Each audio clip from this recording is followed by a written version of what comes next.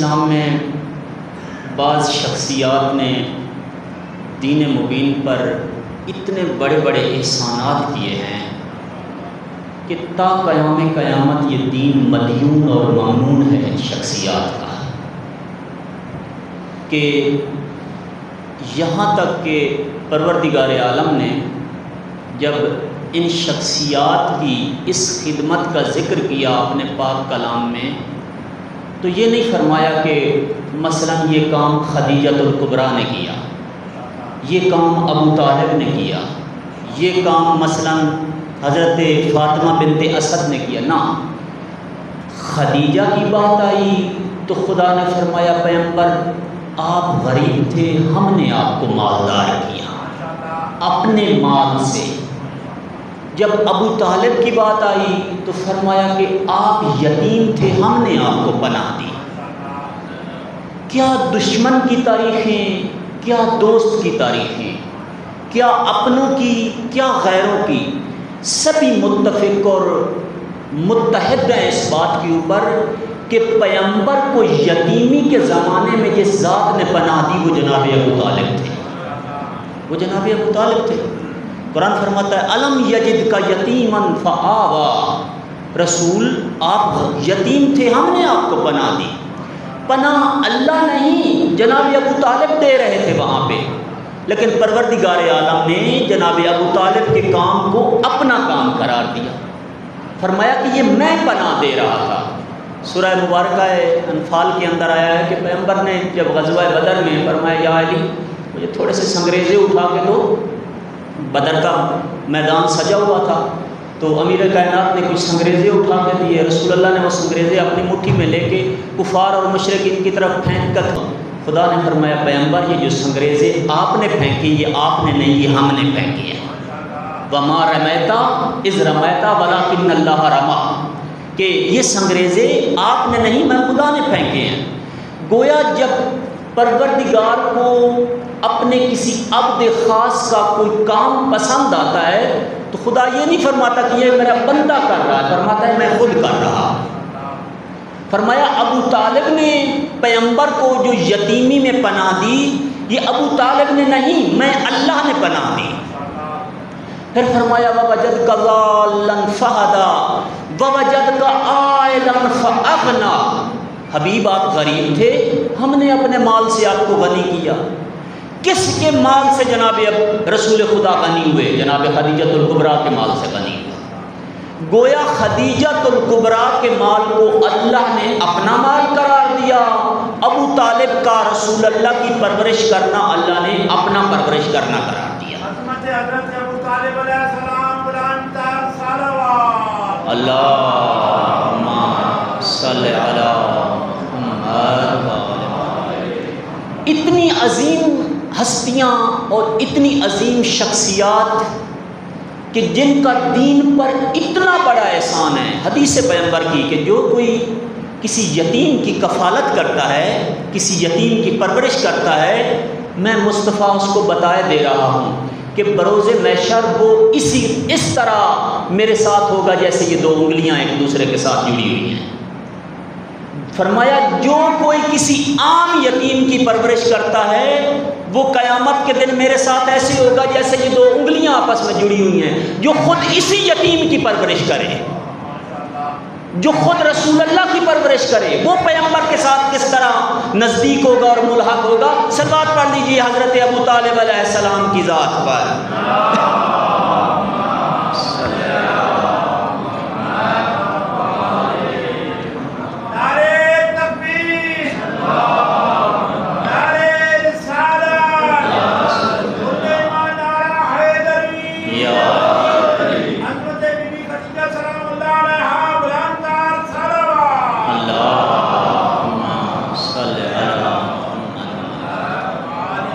لیکن ہم نے ان پاک اور بزرگوار ہستیوں کی شان میں کمی چھوڑی ہوئی ہے۔ ہم اہل بیت کے ماننے والوں نے، میں ہمیشہ اس منبر سے جب بھی آتا ہوں کوئی شکوے کر کے واپس چلا جاتا ہوں، واقعاً یہ میرے شکوے میرے دل کی آواز ہے، میرے دل کا درد ہے کہ اتنی بڑی ذاتیں کہ جن کے احسانات نہ فقط اسلام مسلمانوں پر ہیں بلکہ اسلام پر ان کا احسان ہے۔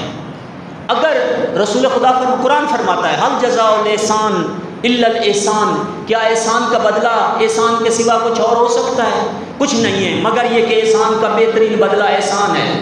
جو رسولوں کے سردار اللہ کے فخر انبیاء کے اوپر احسان کرے وہ کتنا بڑا محسن ہے اسلام کا۔ جو رسول اللہ پہ احسان کرے وہ کتنے بڑے محسن ہیں اسلام کے اور انسانیت کے۔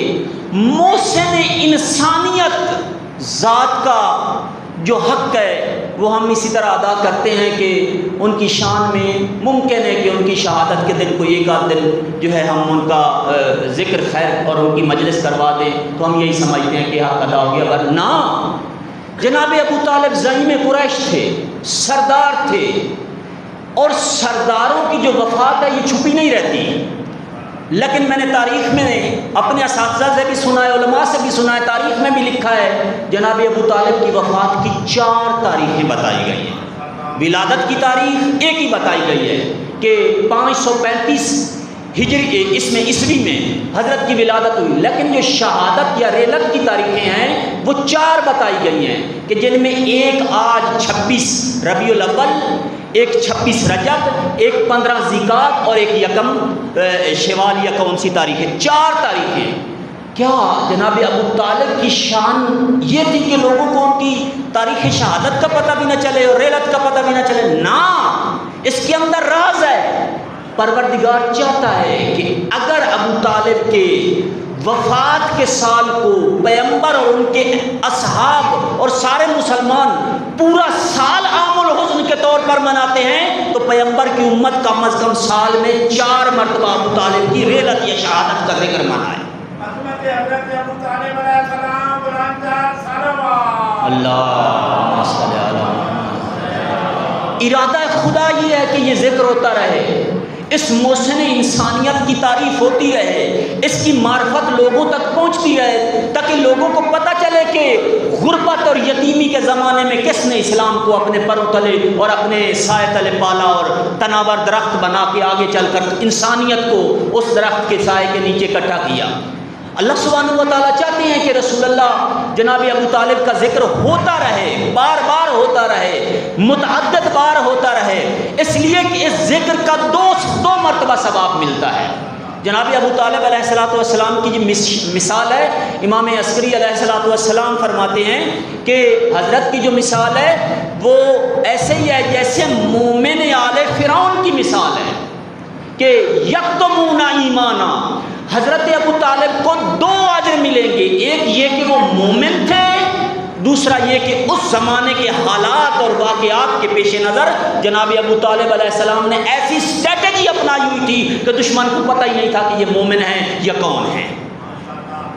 جناب ابو طالب علیہ السلام نے اتنی دانائی، اتنی بصیرت اور اتنی عقل اور دانش سے اور فراست ربانی سے کام لیتے ہوئے دین مبین اسلام کی پرورش کی اور حضور علیہ السلام کی پرورش کی کہ آگے چل کر کفار اور مشرکین کے منہ پہ موت تماچا لگا کہ آج تک لعنت ان کا مقدر بن گیا اور ہر زمانے کا درود و سلام اسلام اور اہل اسلام کا مقدر بن گیا۔ صلوات پڑھ لیجئے جناب ابو طالب علیہ السلام کی ذات پر۔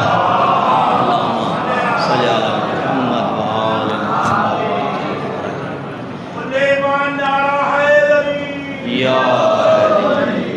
حضرت کا اس میں گرامی 2 نام بتائے گئے ہیں، ایک عمران اور عبد مناف۔ کنیت ابو طالب اپنے بڑے بیٹے طالب کی وجہ سے، اور القاب میں سید البطحا، بطحا در حقیقت مکہ کو کہتے ہیں کہ آپ کو مکہ کا سردار کہا جاتا تھا، سید البطحا۔ اسی طرح سے والد محترم جناب عبد المطلب بن ہاشم بن عبد مناف بن قصی کہ یہ سارے کے سارے توحید پرست تھے، ان میں کوئی ایک ذات بھی ایسی نہیں ہے کہ جس نے کسی زمانے کسی بت کی پرستش کی ہو یا اس کی عبادت کی ہو۔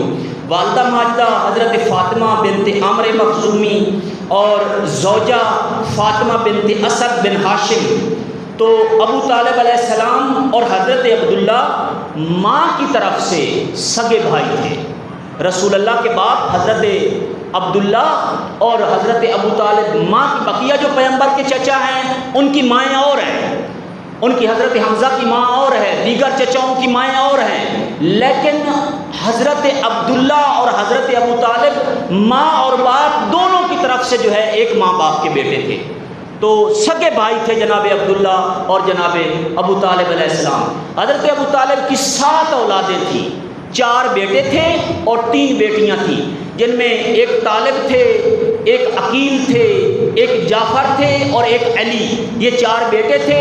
ایک ام ہانی تھی بیٹی، اور ایک بیٹی کا نام تھا جمانہ اور ایک کا نام تھا رملہ، یہ 3 بیٹیاں تھیں۔ یہی جناب ام ہانی ہے کہ جس کے گھر سے جناب رسول خدا معراج پر گئے ہیں۔ جناب ام ہانی حضرت ابو طالب کی بیٹی ہیں کہ جن کے گھر سے رسول خدا کو معراج ملی اور پھر آپ آسمانوں پہ تشریف لے گئے۔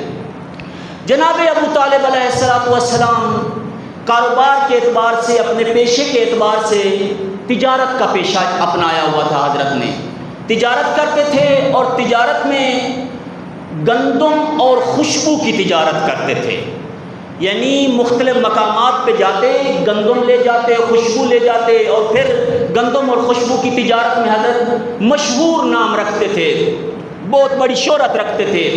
لیکن جناب ابو طالب کی تجارت کے ذیل میں یہ لکھا ہے، حضرت ابو طالب تجارت فقط اپنے لیے نہیں بلکہ اہل مکہ کو فیسیلیٹیٹ کرنے کے لیے تجارت کرتے تھے۔ مثلا جس شہر میں جاتے، جس ملک میں جاتے، وہاں پہ لوگوں کو اکساتے کہ تم اپنا مال مکہ میں لے آؤ، چونکہ عیسائی بھی حج کے لیے آتے تھے۔ یہ جو کرسچینز ہیں، کیوں ابرہا نے کعبہ کے اوپر حملہ کیا؟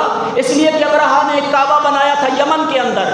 اس زمانے 3 کعبہ تھے، ایک سنا میں کعبہ تھا کہ وہاں پہ بھی کرسچین رہتے تھے، ایک یمن میں انہوں نے کعبہ بنایا ابرہا نے، اور ایک کعبہ مکہ میں تھا۔ لیکن لوگ جو حج کے لیے آتے تھے وہ مکہ والے کعبے میں آتے تھے۔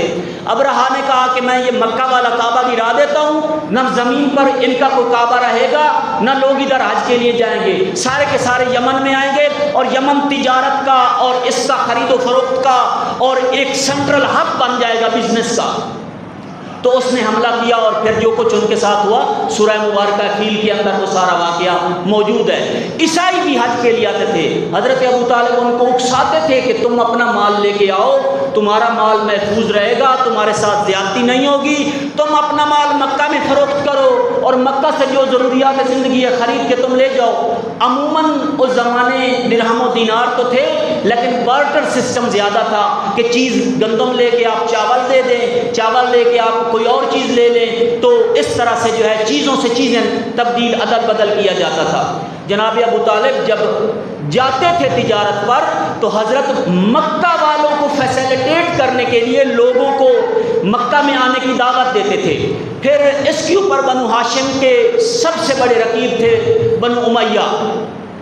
بنو امیہ نے کہا کہ یہ کیسے ممکن ہے کہ ہمیشہ ہمیشہ کے لیے کعبہ کی زعامت اور سرداری جو ہے یہ بنو ہاشم کے پاس رہے، لہٰذا جنگ و جدال ہونے لگی اس کے اوپر۔ پھر جناب ابو طالب نے فرمایا ٹھیک ہے، 1 سال بنو امیہ کعبہ کے حاجیوں کی خدمت کریں گے، 1 سال بنو ہاشم کعبہ کے حاجیوں کی خدمت کریں گے۔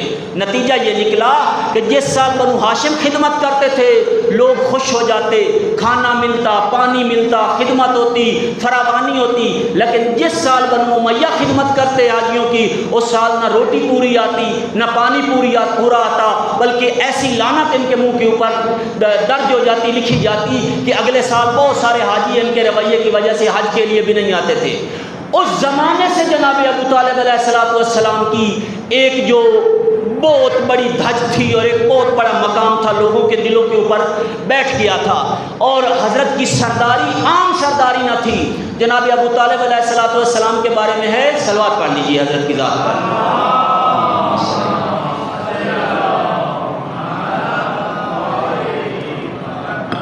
اتنے بہادر تھے، اتنے دلیر تھے جناب ابو طالب کہ جب قبیلوں کی آپس میں جنگیں ہوتی تھیں تو قبائل آتے تھے جناب ابو طالب کے پاس، آ کر کہتے تھے کہ آپ ہماری کوئی مدد نہ کریں، صرف ہمارے خیمے میں آ کر بیٹھ جائیں تاکہ ہم دشمن کے اوپر یہ روب جھاڑ سکیں، ان کو بتا سکیں کہ ہاں ہم وہ ہیں جن کے خیمے میں ابو طالب آئے بیٹھے ہیں۔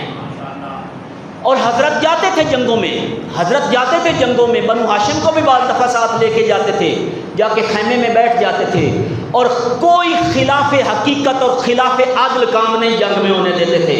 یہ جناب ابو طالب کے بتائے ہوئے اور بنائے ہوئے فارمولے تھے کہ فرمایا کرتے تھے خبردار جنگ کے اندر درختوں کو آپ نے نہیں کاٹنا، فصلوں کو آپ نے ضائع نہیں کرنا، بوڑھوں کے اوپر تلواریں نہیں چلانی، بچوں کو قتل نہیں کرنا، خواتین کو تم نے نہیں زد و کوب کرنا اور مارنا، جو میدان چھوڑ کر چلا جائے آپ نے اس کو پیچھے سے تعاقب نہیں کرنا۔ یہ سارے قوانین جناب ابو طالب بتاتے تھے۔ اور جس خیمے میں آج ہی کسی ٹیم کے اندر کوئی بڑا نامور مشہور کھلاڑی چلا جائے تو دوسری ٹیم خود بخود ہی ان کے حوصلے پست ہو جاتے ہیں۔ جناب ابو طالب کی یہی حالت تھی کہ جس قبیلے کے ساتھ جنگ میں چلے جاتے تھے دوسرے قبیلے کے حوصلے خود بخود پست ہو جاتے تھے۔ جناب ابو طالب کی وجہ سے اور حضرت کے رعب اور دبدبے کی وجہ سے اور حضرت کی شان کی وجہ سے کہ جو پروردگار نے آپ کو عطا فرمائی تھی۔ لہذا جب امیر کائنات فرماتے ہیں کہ جب میرے بابا ابو طالب علیہ السلام کو پروردگار نے سرداری عطا کی تو یہ فراوانی کا زمانہ نہ تھا۔ یعنی عموماً لوگ سردار کب بنتے ہیں؟ جب ان کے پاس پیسہ زیادہ ہوتا ہے، مال زیادہ ہوتا ہے، جائیداد زیادہ ہوتی ہے تو لوگ ان کو سردار بنا لیتے ہیں۔ لیکن مولا علی علیہ السلام فرماتے ہیں جب میرے بابا سردار بنے میرے دادا کے بعد تو حالت یہ تھی کہ پہلے ہی سال جناب ابو طالب کو 10,000 درہم ادھار لینا پڑا۔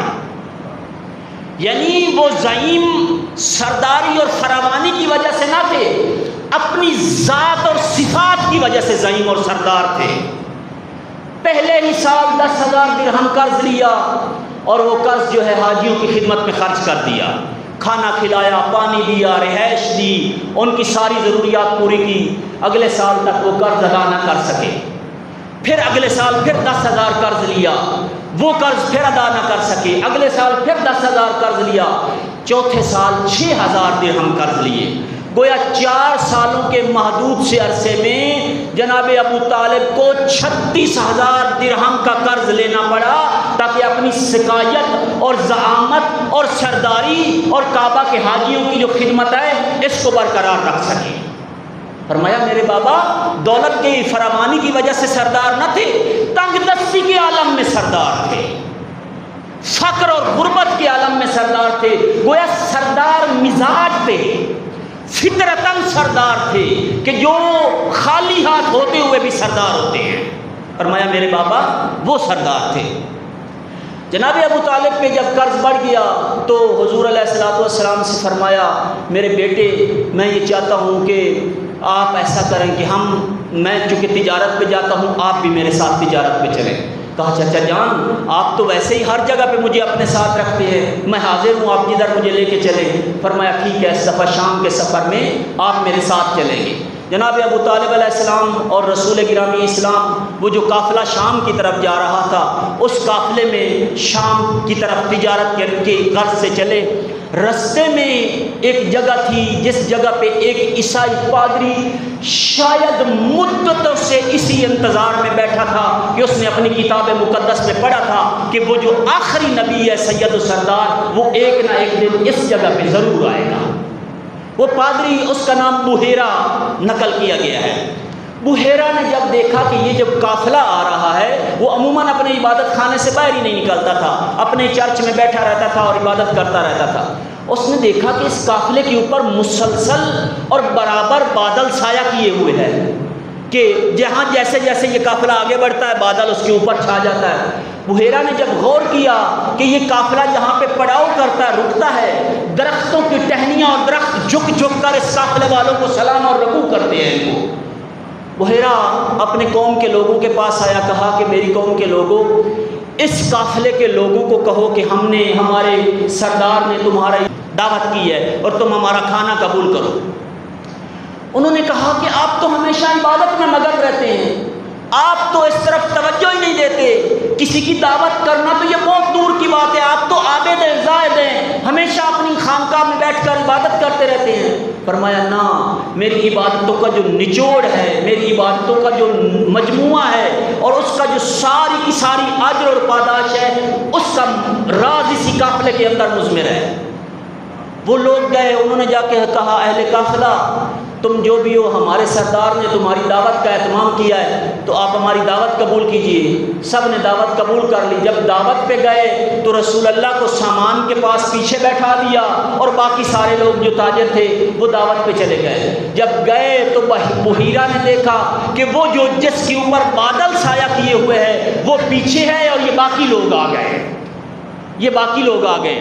اس نے کہا نا، میں نے ان کے لیے دعوت کی ہے جن کو یہ درخت اور ان کے پتے اور ان کی ٹہنیاں جھک جھک کر جن کو سلام کر رہے ہیں، میں نے اس نوجوان کے لیے دعوت پکائی ہے اور اہتمام کیا ہے۔ حضور کو لایا گیا۔ بحیرہ نے کہا کہ آپ کو فلاں فلاں بت کی قسم میں آپ سے جو سوال پوچھوں آپ نے مجھے جواب دینا ہے۔ حضور نے فرمایا نہ کبھی میں نے بتوں کی پوجا کی ہے، نہ میرے بابا نے کبھی جو بتوں کی پوجا کی ہے، نہ میرے جد بزرگوار نے۔ ہم وہ خاندان ہی نہیں ہیں جنہوں نے کبھی اپنی پیشانی کسی بت کے سامنے جھکائی ہو۔ سمجھ گیا کہ یہی وہ شخص ہے۔ کہا اچھا مجھے نوم اور نیند کے بارے میں ان سوالوں کے جواب دے۔ حضور نے جواب دیے۔ جب سارے جواب صحیح دیے تو کہتا ہے کہ آخری نشانی رہ گئی ہے، اپنا پیراہن تھوڑا سا ہٹائیں، میں اس آخری نشانی کو دیکھ لوں کہ واقعہ وہ نشانی بھی سچ ثابت ہوتی ہے یا نہیں۔ جیسے پیغمبر نے اپنا پیراہن ہٹایا تو بحیرہ نے دیکھا کہ حضرت کے دونوں شانوں کے درمیان مہر نبوت تھی۔ چوم کر کہتا ہے یہی وہ نبی ہے کہ جس کا پچھلی ساری کتابوں میں آنے کا وعدہ کیا گیا ہے۔ اللہم صلی علی محمد وآل محمد۔ یہی وہ نبی ہے کہ جس کا تورات میں ذکر آیا ہے، انجیل میں ذکر آیا ہے، زبور میں ذکر آیا ہے، جتنے مصحف آسمانی ہیں ان میں ان کا ذکر آیا ہے۔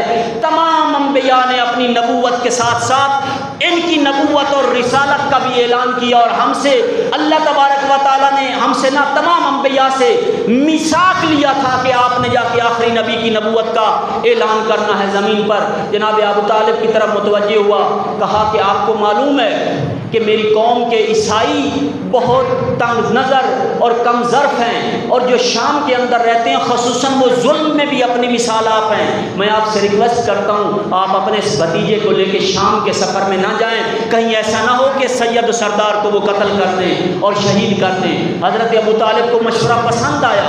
36,000 درہم کا مقروض جناب ابو طالب ہر شے کی پرواہ کیے بغیر محمد مصطفیٰ کو لے کے واپس مکہ میں آ گیا۔ ہر چیز کی پرواہ کیے بغیر واپس لے کے مکہ میں آ گئے حضور علیہ السلام کو، اور فرمایا کہ میرے قرض خدا ادا کرے گا، میری ذمہ داری یہ ہے کہ میں اس کے حبیب اور اس کے رسول کا اسی طرح محافظ و مددگار بن کے رہوں جیسے اس کی پاک ذات چاہتی ہے۔ کبھی بھی پیغمبر کو اپنے سے جدا نہ کیا۔ راتوں کی تاریکی میں اٹھ کر پیغمبر کو جناب ابو طالب اپنے بچوں کے بستر پہ سلا دیتے تھے، اپنے بچوں کو اٹھا کے پیغمبر کے بستر پہ سلا دیتے۔ کیوں؟ اگر کوئی دشمن قتل کرنے کے ارادے سے آئے تو وہ میرا بیٹا قتل کر کے جائے، میرے بھتیجے کو کوئی آنچ نہ پہنچائے۔ سلوات پڑھ لیجئے جناب ابو طالب علیہ السلام کی ذات پر۔ اللہم صلی علی محمد وآل محمد۔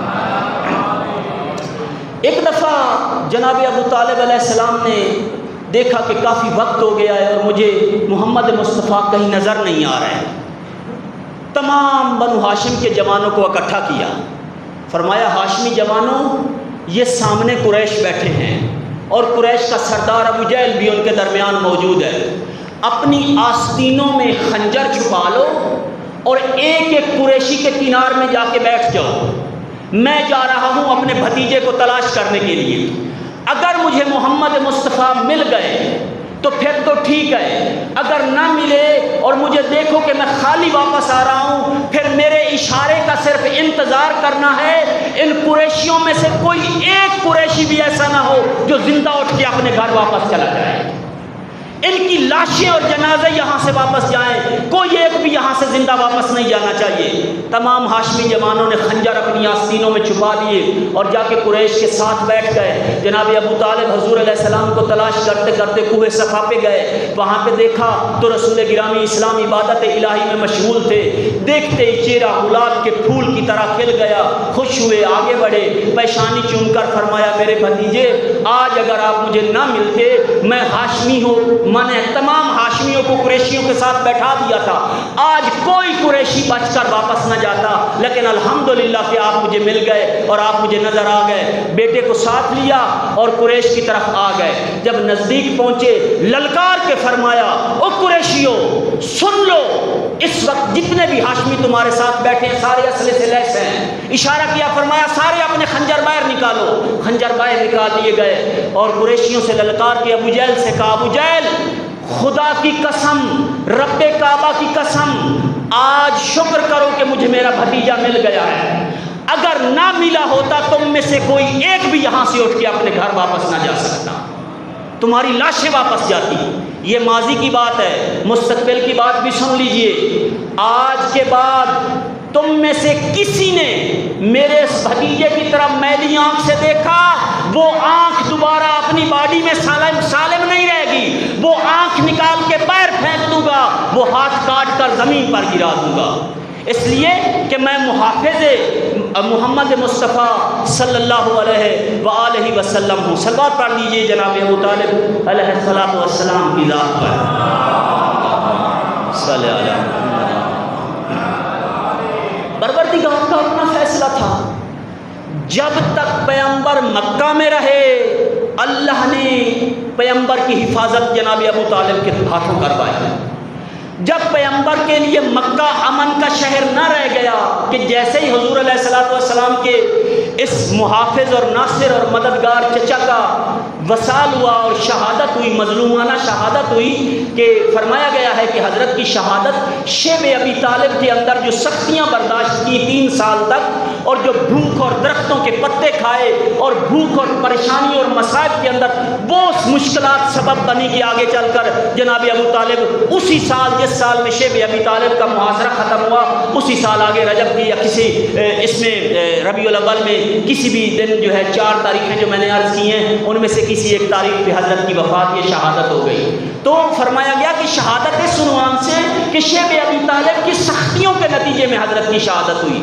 تو حضرت ابو طالب علیہ السلام جب تک زندہ رہے مکہ پیغمبر کے لیے امن کی جگہ تھی، بھلے یہ کافر جتنے ظالم تھے، جتنے فاسق تھے، جتنے دشمن تھے، لیکن پیغمبر کا کوئی بال بھی نہ بگاڑ سکا، پیغمبر کو کوئی رتی برابر بھی نقصان نہ پہنچا سکا، گویا ریڑھ کی ہڈی تھے، گویا پیغمبر کی بیک بون تھے جناب ابو طالب، جب تک زندہ رہے پیغمبر محفوظ رہے۔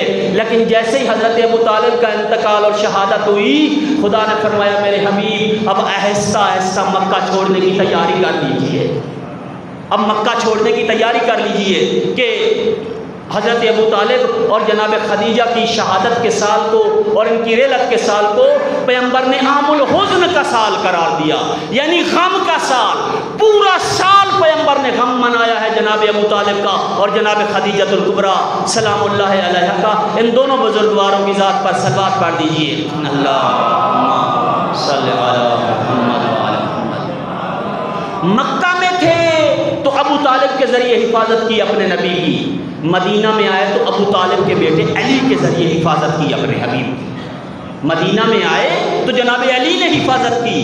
کون سا مقام ہے کہ جس مقام پر رسول اللہ کے اوپر ایک پروانے کی طرح، جیسے شمع کے اوپر پروانہ چکر لگاتا ہے اور اپنی جان پروانہ اپنی شمع کے اوپر قربان کرتا ہے، کون سا مقام ہے جہاں پہ امیر المومنین فرنٹ پر نہ تھے؟ غزوہ بدر کے اندر جب جنگ اپنے تمام عروج سے اوپر گزر گئی تو کون تھا جس نے 70 کافروں میں سے 35 کافر اکیلے امیر المومنین علی نے قتل کر دیے؟ غزوہ احد میں جب بھاگ گئے، قرآن فرما رہا بھاگ گئے تو علی علیہ السلام وہ تھے جن کی تلوار اتنی تیزی سے چل رہی تھی کہ بار بار تلوار ٹوٹ رہی تھی، یہاں تک کہ پیغمبر نے دعا کی پالنے والے علی کو وہ تلوار عطا فرما جو ٹوٹے نہیں، کہ جناب جبریل علیہ السلام آسمان سے جب تک جناب ابو طالب علیہ السلام زندہ رہے ذرہ برابر رسول اللہ کو تنہا نہ چھوڑا، اپنی دامن میں اور اپنے سائے میں نبوت اور امامت کی پرورش کی۔ کسی شاعر نے لکھا، بہت اچھا لکھا، میرا دل ہے کہ میں آپ کی خدمت میں ان کا یہ مصرع عرض کر دوں۔ انہوں نے کہا کہ میرے امام کا جو بھی غلام ہوتا ہے نگاہ حق میں وہ عالی مقام ہوتا ہے۔ کسی کی کر دے اگر پرورش ابو طالب تو کم سے کم وہ نبی یا امام ہوتا ہے۔ کسی کی کر دے اگر پرورش ابو طالب تو کم سے کم وہ نبی یا امام ہوتا ہے۔ اس آغوش میں دو ہستیاں پلی، آگے چل کر ایک محمد مصطفیٰ بن گئے، ایک علی المرتضیٰ بن گئے۔ آگے چل کر ایک محمد مصطفیٰ بن گئے، ایک علی المرتضیٰ بن گئے۔ ایسی ذات کے بارے میں لوگ کہتے ہیں خدا لعنت کرے ایسے لوگوں پر۔ واقعاً معصوم کی روایت کے پیش نظر یہ لوگ جہنمی ہیں کہ جو جناب ابو طالب علیہ السلام کے بارے میں اس طرح کی عجیب غریب باتیں کرتے ہیں کہ جس ہستی نے دل سے پیغمبر کی مدد اور نصرت کی ہے، آگے چل کر اسی ہستی کو انہوں نے زیر سوال قرار دیا۔ جناب خدیجہ نے مال سے نصرت کی، انہوں نے ان کے اوپر طلاق یافتہ بچیوں کی ماں، پہلے شادیوں والی اور بوڑھی ہونے کے الزام لگا دیے تاکہ کوئی دوسریوں کو جو ہے مقام بلند کر دے۔ ابو طالب علیہ السلام نے اپنی جان سے، اپنی اولاد سے بڑھ کے رسول اللہ کی خدمت کی، ان کے اوپر کافر ہونے کا الزام لگا دیا کہ کفر ان کی اپنی نسلوں میں قائم ہے اور انشاءاللہ قیامت تک یہ کفر ان کا تعاقب کرتا رہے گا۔ کہ معصوم فرماتے ہیں کہ جو شک کرے جناب ابو طالب کے ایمان پر یہ خود کافر ہے، یہ خود کافر ہے۔ کہ جو جناب ابو طالب علیہ السلام تو دو ہستیوں کو پالا، آگے چل کر ایک علی المرتضیٰ بنا، ایک محمد مصطفیٰ بنا۔ حضرت کی جو انگشتر تھی اس کا جو نقش تھا اس کے اوپر لکھا ہوا تھا رضیت باللہ ربًا، میں راضی ہوں کہ میرا رب اللہ سبحانہ و تعالی ہے اور میرے بھائی کا بیٹا محمد میرا نبی ہے اور میرا اپنا بیٹا علی میرا امام ہے۔ یہ حضرت اللہم صلی علی محمد محمد، میرا اپنا بیٹا علی میرا امام ہے۔ لہذا جناب ابو طالب علیہ السلام جس حضرت کے 3000 اشعار ہیں، 3000 کہ جو توحید پہ مبنی ہیں، 3000 اشعار توحید پہ مبنی ہیں۔ جب جناب جعفر نے نجاشی کے دربار میں، جب نجاشی ہجرت حبشہ ہوئی اور رسول گرامی اسلام نے حضرت جعفر طیار کی سرکردگی میں جو ہے پہلا ہجرت کرنے والوں کا گروہ جو ہے حبشہ بھیجا کہ ماڈرن ایتھیوپیا پہ، تو وہاں پہ جب گئے تو پیچھے سے عمرو ابن عاص اور یہ جتنے بھی کفار اور مشرکین تھے ان کے سرکردہ بھی لوگ بھی وہاں پہنچ گئے نجاشی کے دربار میں۔ جب وہاں پہ گئے تو انہوں نے نجاشی سے کہا انہوں نے ہمارے عقیدے خراب کر دیے، ہمارے لوگوں کو گمراہ کر دیا، ہمیں اپنے باپ دادا کے دین سے پھیر دیا، یہ ہمیں واپس کر دیجئے۔ نجاشی نے حضرت جعفر کی طرف دیکھا، جعفر طیار نے اپنے بابا کے چند اشعار وہاں پہ پڑھے، جناب ابو طالب کی شاعری کے چند مصرے وہاں پہ پڑھے، نجاشی پانی پانی ہو گیا، پانی پانی ہو گیا۔ گویا عمرو بن عاص کی تقریر کو جناب ابو طالب کے اشعار نے پانی اس کے اوپر پھیر دیا، اور باقی جو رہی صحیح کسر تھی جناب جعفر طیار نے سورہ مریم کی ان آیتوں کی تلاوت کی کہ جس میں جناب عیسیٰ کی ولادت کا ذکر تھا۔ یہ سنتے ہی نجاشی کی آنکھوں سے آنسو جاری ہو گئے اور اس نے مشرکین مکہ سے کہا نکل جاؤ میری سلطنت سے باہر، یہ لوگ جب تک میری اسٹیٹ میں رہنا چاہیں گے ان کو میری پناہ حاصل ہے، اور آگے چل کر یہ نجاشی خود بھی مسلمان ہو گیا۔ حضرت گفتگو کرتے ہوئے عام الفاظ میں بات کرنے کی بجائے شعر میں بات کیا کرتے تھے۔ اتنے بڑے شاعر تھے، اتنے بڑے ادیب تھے، اتنے بڑے لسان العرب کے ایکسپرٹ اور ماہر تھے، تو جب تک زندہ رہے رسول اللہ کے خود محافظ رہے، جب دنیا سے جانے لگے تو اپنی اولاد کو اکٹھا کیا، فرمایا میرے بچوں تم نے اپنی زندگی میں دیکھا میں نے کس قدر مصطفیٰ کی خدمت کی ہے، میں نے کس قدر عبداللہ کے لال کی اور اس سید و سردار کی نوکری کی ہے۔ یاد ہے میں نے ساری زندگی مصطفیٰ کے بچے ہوئے ٹکڑوں پہ تم کو پالا ہے، مصطفیٰ کے اترے ہوئے کپڑے تم کو پہنائے ہیں، راتوں کی تاریکیوں میں میں موت کے بستر پر تم کو سلایا کرتا تھا اور امن کے بستر پر میں مصطفیٰ کو سلایا کرتا تھا۔ میرے بچوں یاد رکھنا جس قدر تمہارے بابا نے مصطفیٰ کی نوکری کی ہے کبھی اس نوکری میں خلل اور کمی نہ آنے دینا، اپنے بابا کے بعد مصطفیٰ کی نوکری اور خدمت میں ذرا برابر خلل نہ آنے. خدا کی قسم، منبر کی قسم، اولاد ابو طالب نے وہ حق ادا کیا. آج تاریخ اس حق کو ادا کرنے سے قاصر ہے جو اولاد ابو طالب نے جناب رسول خدا کی خدمت میں کیا. جناب جعفر نے کس طرح خدمت کی؟ جعفر جنگ موتا میں رسول اللہ کی جانب سے شریک ہوئے. پہلے اپنے بازو کٹوائے، اس کے بعد رسول اللہ کے نام پہ اپنی جان دی. جعفر نے اس طرح اپنی جو ہے خدمت پیش کی. جناب عقیل نے کیسے خدمت کی؟ میں اسی منبر سے عرض کر چکا ہوں. کربلا کی تاریخ میں جو مقدماتی شہادتیں ہیں وہ جناب عقیل کی اولاد کی ہیں. عقیل، حضرت عقیل کے بیٹے تھے مسلم، جن کو کربلا کے برپا ہونے سے پہلے کوفہ میں دارالامارہ سے گرا کے شہید کر دیا گیا. جناب مسلم کے 4 بیٹے تھے، 2 بیٹے قیدی بن گئے، 2 بیٹے کربلا کے میدان میں عاشور کے دن شہید ہو گئے. جناب مسلم کی ایک بیٹی تھی، وہ بیٹی شام غریبہ کے وقت گھوڑوں کے ٹاپوں کے نیچے آ کر شہید ہو گئی تھی. جب خیموں کو آگ لگی، چاروں طرف سے آگ تھی، ایک ہی رستہ تھا. جب یہ بچی اس رستے سے گزر کے باہر آنے لگی، آگے گھوڑوں کے پاؤں کے ساتھ بچی کا پاؤں پھسلا اور ٹاپوں کے نیچے آ کر شہید ہو گئی. اور جناب مسلم کی جو زوجہ تھی 1 سال کے بعد دنیا سے چلی گئی، اسی طرح جیسے جناب رباب دھوپ میں بیٹھ بیٹھ کر دنیا سے چلی گئی. پورا کا پورا خاندان جناب عقیل کا اس خاندان کے رسول خدا کے دین کے اوپر اور اسلام کے اوپر قربان ہوا. اور اولاد علی نے کیسا حق ادا کیا. اجرکم اللہ، اجرکم اللہ. عصر عاشور تھی، روایت آپ نے سنی ہوئی ہے. جب خیموں کو آگ لگی، ایک کے بعد دوسرا خیمہ، دوسرے کے بعد تیسرا خیمہ.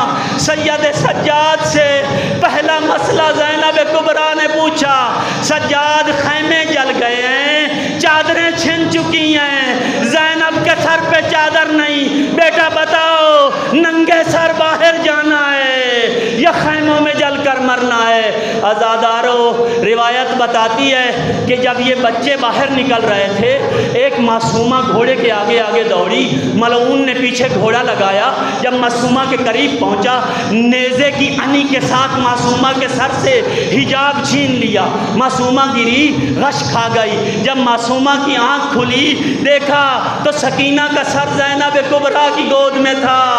پہلا سوال کیا، کہا پھپھی اماں، حل من خرقتن استر بہا راسی، کوئی پارچہ ہے، کوئی کپڑا ہے میں سر چھپا لوں؟ عزادارو، زینب کبریٰ نے کہا، سکینہ اماں کا تو مثلک، بیٹا جہان آپ کی پھپھی کے سر سے بھی چادر چھن چکی ہے. وَسَيَعْلَمُ الَّذِينَ ظَلَمُوا أَيَّ مُنْقَلَبٍ يَنْقَلِبُونَ. یا محمود